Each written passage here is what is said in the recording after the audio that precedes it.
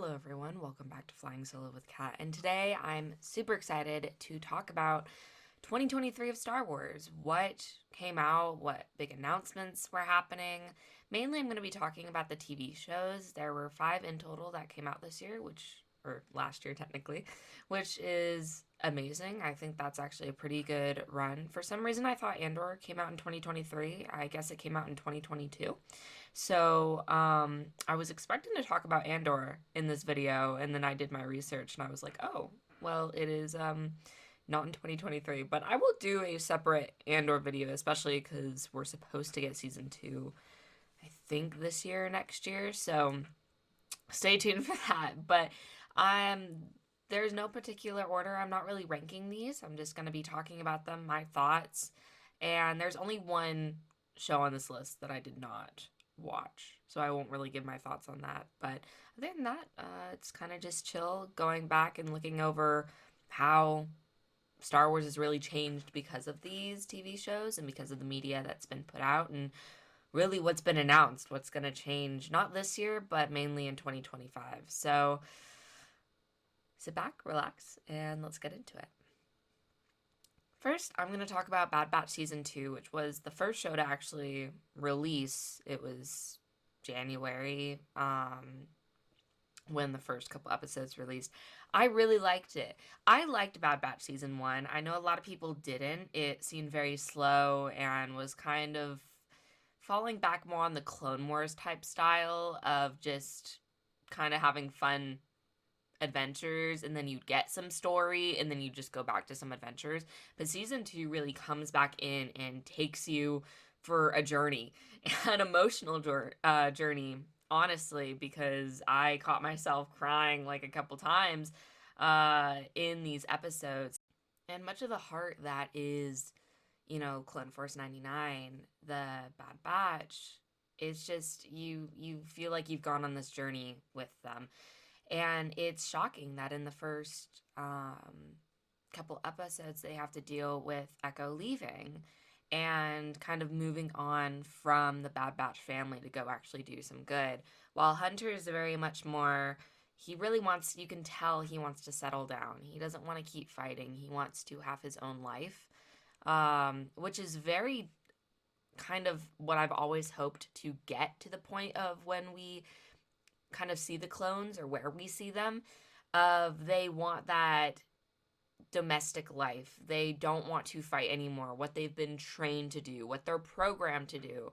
They want to deviate away from that and live their own life, which I've been hoping that they were getting towards, and I was very much rewarded with that of it. So that was really sad to see Echo go, and how Omega deals with that, and how the other Bad Batch members deal with that. We have, of course, the episode where they're, doing mining or whatever, trying to get their ship back, and Tech and Omega get kind of trapped together, and Omega goes off on Tech, saying, why does it feel like you don't care that Echo left and that our family's arguing and breaking apart? It's not the same anymore.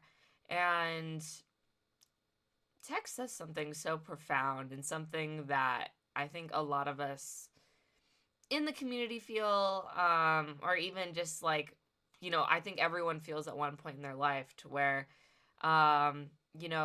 with grief, with that, those very hard emotions, everyone has a different way of processing different things. And he kind of just goes on this beautiful kind of monologue, trying to explain to Omega how, he may kind of take in information a bit differently, but it doesn't mean that he cares any less. And like, I was like getting really teary-eyed when he said that, because that, a lot of times people don't understand that, and it's very much for, it's very hard for mainly autistic people, but people with, different disorders, and trying to figure out what works for them. Sometimes a lot of people don't understand what they're going through. So for Tech to just say that so openly, and not, in a very natural way, was just really nice to see. And that's one of the things I love about Star Wars, is they're very real with their emotions and how, these characters are real people, right? I mean, okay, I'm not crazy, but just bear with me. They're real people. They're people that feel. They're people that grieve, that go through the motions. And even though we're going on a fun adventure with them and, getting a bit of a laugh and watching beautiful colors on a screen, like at the heart of it, they're trying to tell a story and trying to understand each other in this medium. And that's why I love Star Wars animation as it is, because I feel like it truly, it's for kids, but at the same time, these kids are learning such valuable lessons from these animated shows. And I hate the argument saying, oh, it's a kids show and then it shows someone dying. Like, kids shows can have very deep and meaningful impacts on our lives. And it's always a bit disheartening when I hear people say, no, I don't watch any of the animation because that's for kids. It's like, besides Clone Wars, because then that has death in it. It's like, no, all of it's for kids, even the live action, besides Andor maybe. But it doesn't mean you can't enjoy it. And it doesn't mean you have to hide behind this wall of like, oh, well, it's not a kid's show because it has violence in it. Absolutely not. Like, you can enjoy things at different ages, and Star Wars animation is so powerful that sometimes I feel more connected to it than the live action stuff. And that's just kind of how I feel. So, other than that, really, really good season. Everything with Crosshair and that one episode. If you haven't seen it, you probably know which one I'm talking about. But if you have, um, it's something special that you really start to see the phrase in Crosshair's loyalty to the Republic, now the Empire. And finally, you kind of see him lose hope. And that's what he needed, honestly, because he's been fighting against, trying to go back to his brothers and what he knows is probably right, but it's his duty. And finally, he starts to see, oh shoot, I might have picked the wrong side, and that's what he needed. Yes, was it drastic? Was it very, very sad? Yeah, but the symbolism with the bird and the wings, it was, I'm literally getting chills like talking about it right now, but it's probably one of the best things that's come out this year for Star Wars animation and live action. And that's why I will always argue for animation, is because the stories that they tell and the stories that they are telling are so important. And a lot of times they make me feel more than the live action stuff that's always come out. It's not even this year. I will always back up animation. So I really liked Bad Batch season 2. As I said, I was a bit sad that Tech, sacrificed himself. Is he dead though? I don't know. I feel like Bad Batch, like you can't just kill off Tech that way. So we will see in season 3. It's supposed to be coming out hopefully this year. This is the anniversary actually of when I'm recording this, of when the trailer came out for season 2, or when the episodes dropped. So maybe when I post this, it will already be released. I don't know. I'm crossing my fingers, hoping. But if not, I'm hoping it comes out later this year, and it will unfortunately be the final season. So, very, very disappointed on that. But yeah.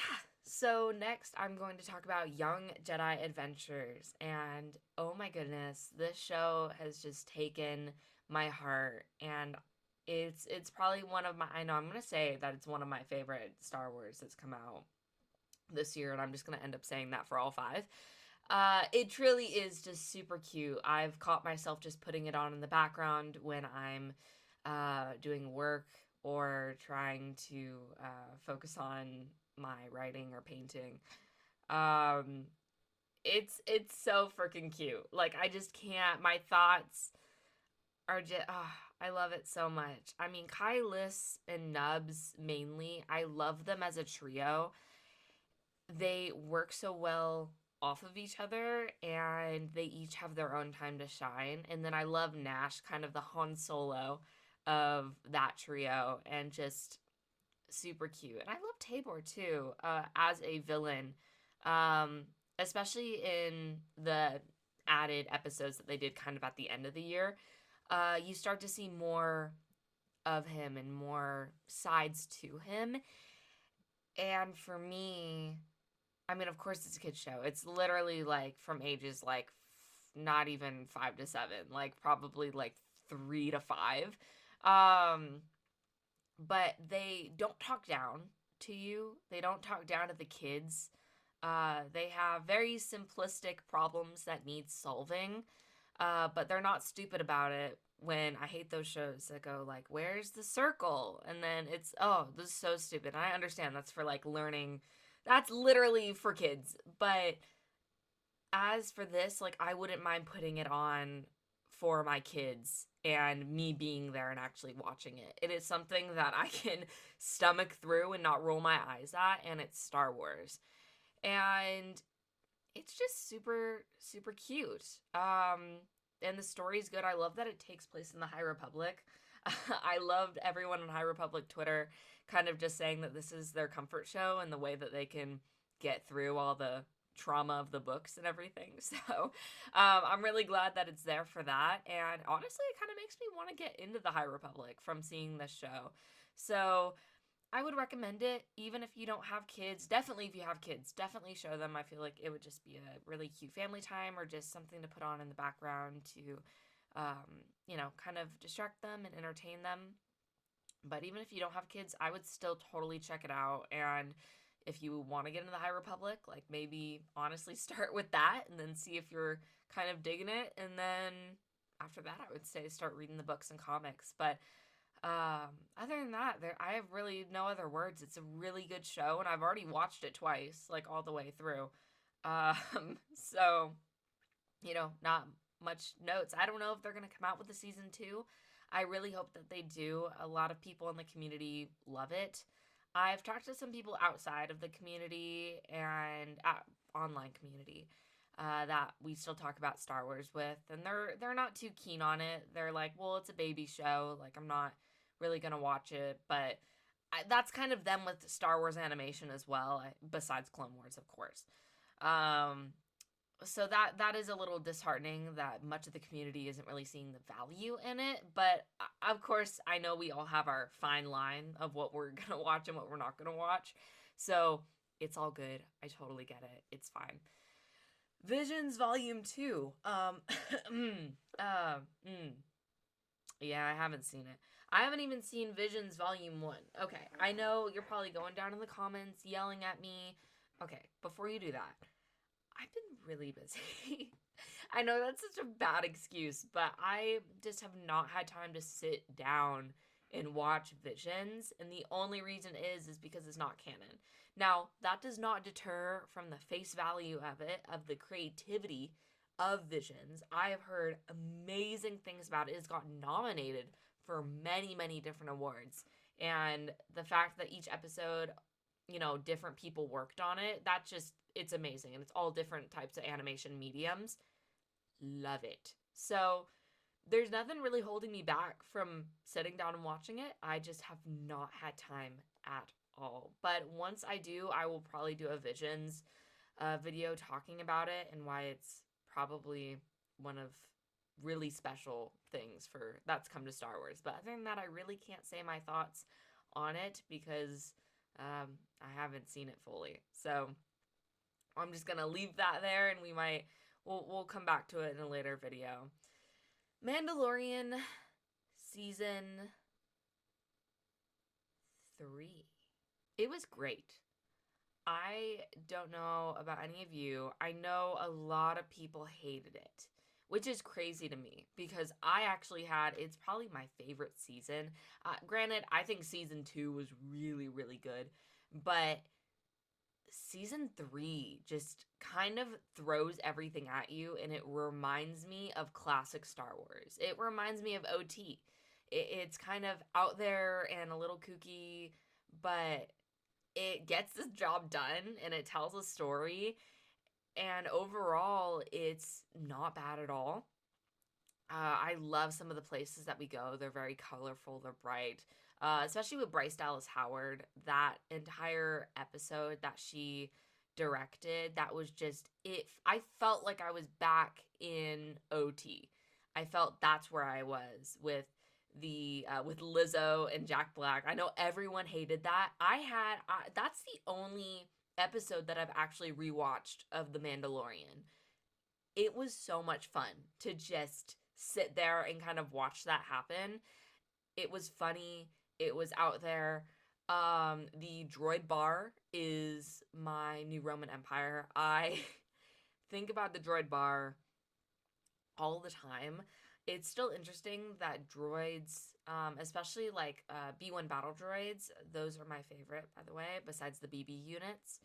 And it's interesting how they're actually kind of like after the separatists, like what they're doing and how on certain planets they're either slaves or how they have freedom and how, droids are kind of treated overall in the Star Wars universe still after the Empire kind of has gone away is so interesting to me. And so I think droids are so integral to Star Wars and they're not used as much as they can. And that's for a few you know, real life reasons of they are so expensive to produce.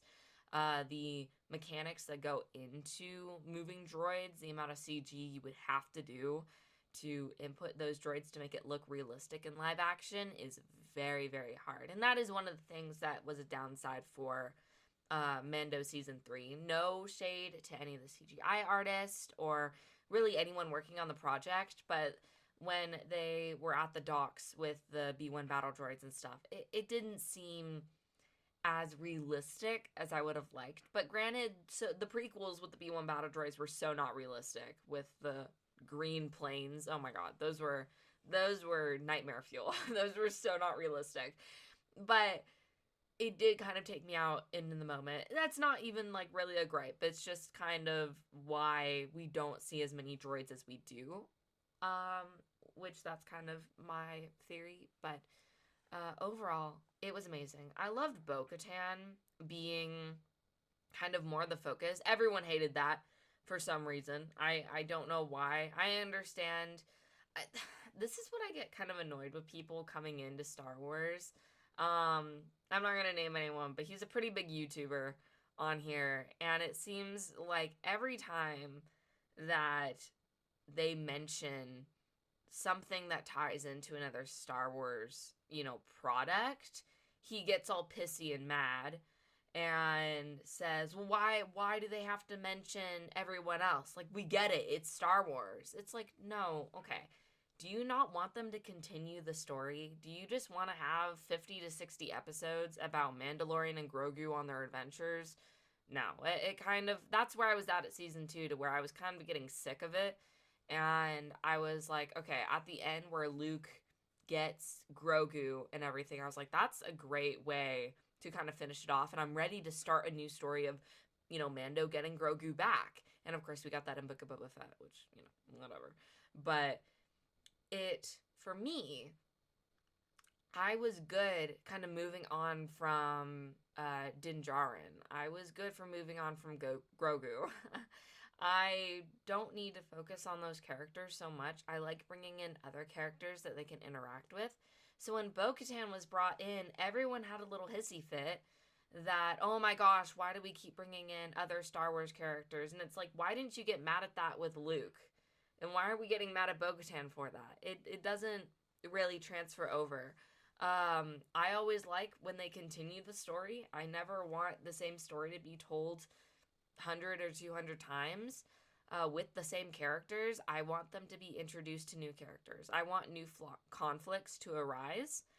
And people that just can't move on, it's like maybe you need to move on from Star Wars or just fandoms in general that kind of stick to the same thing. And that's where I was even going into Star Wars, is I loved how fast paced it was, how we had stories from the prequels, we had some from the OT, we had some going in between prequels and OT. Now we have some going after Return of the Jedi, moving into the sequels. And for me, it's always moving, and there's always something new that will be discovered. I mean, I was on the Mandalorian hype train with Book of Boba Fett as well, going into the sequels, and then we go back to Andor, which is very much like after prequels, like kind of, I can't remember. Is it before A New Hope, or is it? Yeah, it's before. Yes, it's before A New Hope. And having this very much empire esque, totalitarianism, all of that. So it's so starkly different, but these stories can be told whenever and tell, and move the story along. So I don't know, that always kind of pissed me off when people gripe about Mando season 3. It's like, why do you feel like you're moving away from Mando and Grogu? It's because their story's kind of done. I think they're using Mando as a kind of placeholder for new stories to be told, and I think Mando and Ahsoka are going to come together, and then that might even, evolve to another TV show.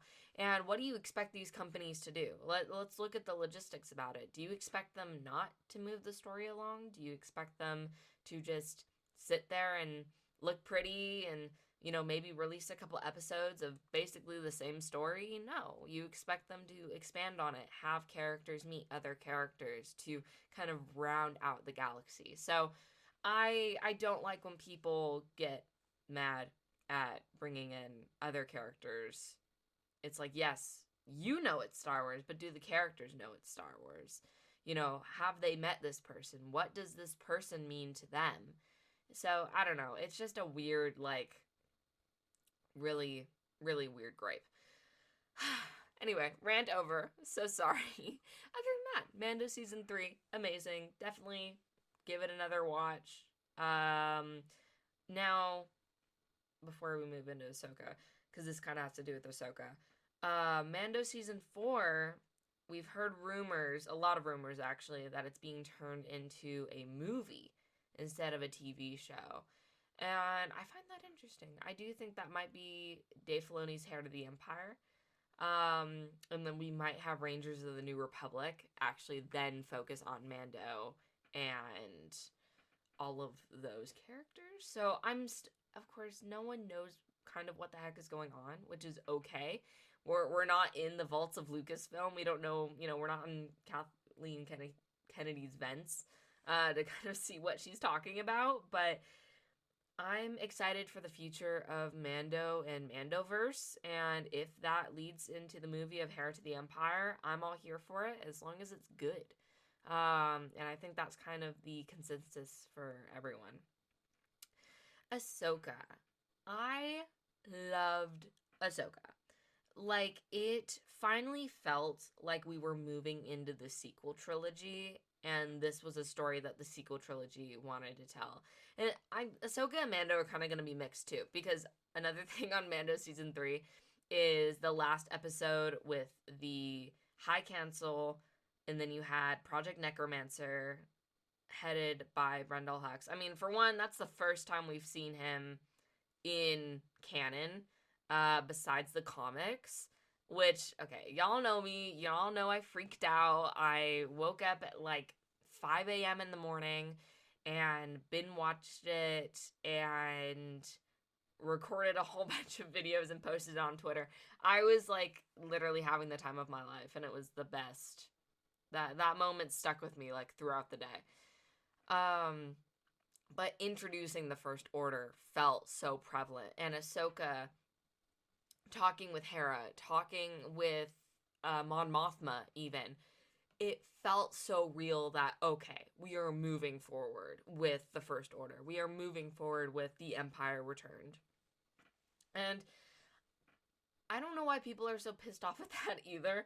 To be honest, it makes a lot of sense for the Empire to come back, for the rebels to kind of just turn a side eye saying, no, the Empire is gone. They can't really do anything. And then in turn, the First Order comes back or the Empire comes back as the First Order and actually wreaks some havoc. So I'm really liking where the story's going. Ahsoka, having it focus on her as a character, I wasn't a huge fan. of Ahsoka as she was. I didn't like her in Mando season 2. Her being just kind of stoic, like, I think put everyone off. And that, I mean, everyone should kind of apologize to Rosario Dawson, because I even said too, because I kept seeing stuff on it, I was like, okay, maybe she's just a really bad actor. And then I saw her in Haunted Mansion, and I was like, no, she's not. She's not a bad actor. What is going on here? There's got to be something more to this that we're just stupid and missing of. And we finally got that answered in Ahsoka, and her doubts about herself, her training, her master, the legacy that she is moving forward with, for Sabine and for herself, and what she did to Ezra. It is amazing of how, after she has that talk with the World Between Worlds, with Anakin, and of course I loved Ariana Greenblatt as young Ahsoka. Amazing casting. That entire episode was just such a fever dream, but it was like in the best way possible. Um, and just Ahsoka the White coming back and changing and talking to the Purgles, and her smiling for the first time in a long time was, I mean, as I said again, I'm getting chills. Um, it was something so special and so therapeutic. Something that I needed kind of in my life, being reborn again. And it was so special to see her go through that. And I really hoped that it was a story that Dave wanted to tell, and that he was able to kind of push forward who Ahsoka needed to be now, and how she is the legacy of her master, not Darth Vader, but Anakin Skywalker. So Ahsoka was just really, really good. I thought Thrawn was okay. I think I still agree with Star Wars Explained, and them talking about how it would have been really beneficial if he showed up at the end with his ship, and then kind of just completely destroyed the New Republic ship, so then they knew Thrawn was on the radar. But him actually going to a Dathomir, well, not to Dathomir. Well, was it to Dathomir? I don't know. It was to a Night Sister. No, it was Dathomir, I think. I think so. Anyway, where Night Sisters are, he's going to be creating a Night Sister army, which I am very invested in. I love the Night Sisters. I've always loved kind of who they were, what they stood for. It was kind of Dave and George is like really weird children of, just kind of, you're getting more of the magic into the sci-fi, and I'm so here for it. If Thrawn wants to raise a Night Sister army, which then brings the First Order into power, oh my god, I am so here. Like, just even saying that, doesn't that sound so cool? Like, I don't know why everyone's just kind of like concerned about it. Like, yes, they could totally ruin it and totally make it super cheesy, but I'm literally hyped. So other than that, Ahsoka was good. I really liked it. It was kind of, for me, on the same wavelength as Obi-Wan Kenobi, but I love Obi-Wan Kenobi. So I know a lot of people didn't like that show either. But yeah, really liked Ahsoka. For my honorable mentions, before we end off the video, we had Jedi Survivor come out this year. I played a bit of it, and everything I've seen about it, everything that I played has been really good. If you've not played it, I would totally recommend it. It is on a lot of areas, PlayStation, Xbox, PC. So definitely would recommend that. But yeah, it was a good game. I really like the characters that they introduced. We got, of course, our Kylux Hyperspace Stories number 8, which I had talked about in a previous video. If you haven't seen that, go check that out. But that was very special to me and kind of started off my comic experience with Dark Droids, especially. I'm a little behind on getting a couple issues, but I'm hoping to go to the comic shop in the next couple weeks and try to collect the rest of those issues. And then, of course, to end it all off, we had Star Wars Celebration London, which I did not get to go to, which was very depressing. And I got to go in 2022, which was an amazing experience. That was here in Anaheim, which I still need to talk about in a video. If you're interested in that, comment down below. But I still remember the day. I think it was Saturday. No, I think it was Friday. I woke up at 6 a.m. to 100 notifications on Twitter, and I was like, oh my God, what the hell happened? Like, and that was for me in 2022 as well, to when I woke up and I think I actually had 130 notifications. It was like a record. I screenshotted and everything. It was kind of crazy. And I looked at it and I was like, hey, I'm just going to look at the official Star Wars announcement thing because I don't want people doing theories and whatever. And I saw Daisy Ridley walk out on stage. And I was like, I was getting emotional at like 6 a.m. in the morning. I was like, okay, we're not going to do this. It just, it was probably one of the greatest mornings of my life. I wish I could have been there. It just wasn't ideal to fly out to London. But it was just to see how many people cheered for her in that stadium. It wasn't, you know, the men that claim that they love Star Wars, and even the two Star Wars females that just despise Star Wars for some reason. They all weren't there.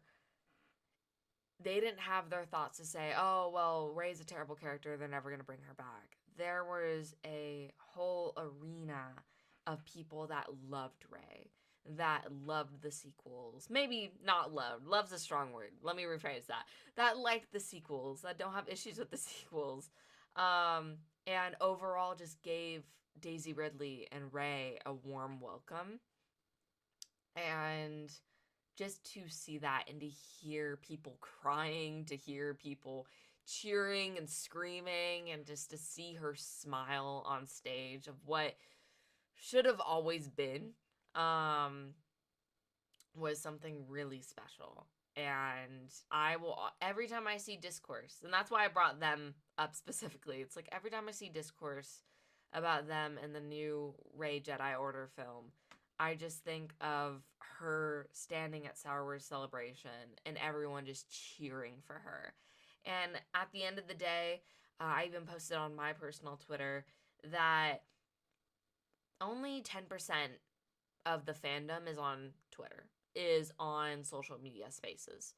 You have the other 90% that do not go around saying that such and such is a terrible character, you're weird if you like this character, you're a fake fan if you like this movie.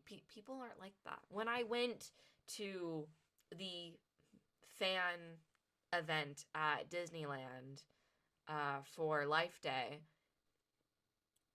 the amount of community that I saw there were people dressed up cosplaying as Rey. There were people cosplaying as Ahsoka. There were kids there were adults there, and just everyone talked about Star Wars, and everyone loves Star Wars in the actual community. And it's so different when you meet people in real life. And I do wish for all of us that are here at Flying Solo, and even some of the amazing people that I've met online, I wish that we could always come together and meet. And I wish we were all in the same place, but we're not. And that is, of course, the pros to social media, is that we can talk about these TV shows. We can, no matter where we are in the world, we can enjoy Star Wars. But it's just something so different when you meet people in real life that talk about it the same way they do online, in the positive sense. So always keep that in mind. I'm trying not to struggle with the discourse right now, as I move forward in my fandom journey, but it is very prevalent and it is there. And it sucks when you have people start attacking people that you follow and people that really just post positivity, and then they start attacking them and they start attacking their family members, and it's just, it's really disheartening, kind of. It's like, no, you're the actual fake fan. You don't deserve to be in this fandom. But thankfully, everyone here at Flying Solo and everyone that I follow have been really good and really supportive, and that's, all you can ask, really. So, anyway, guys, thank you for being so supportive, and thank you for listening to me, kind of talk about 2023. What is next for 2024? I have no idea. Nothing's really been announced. Of course, we had the writer strikes for the better of 6 months.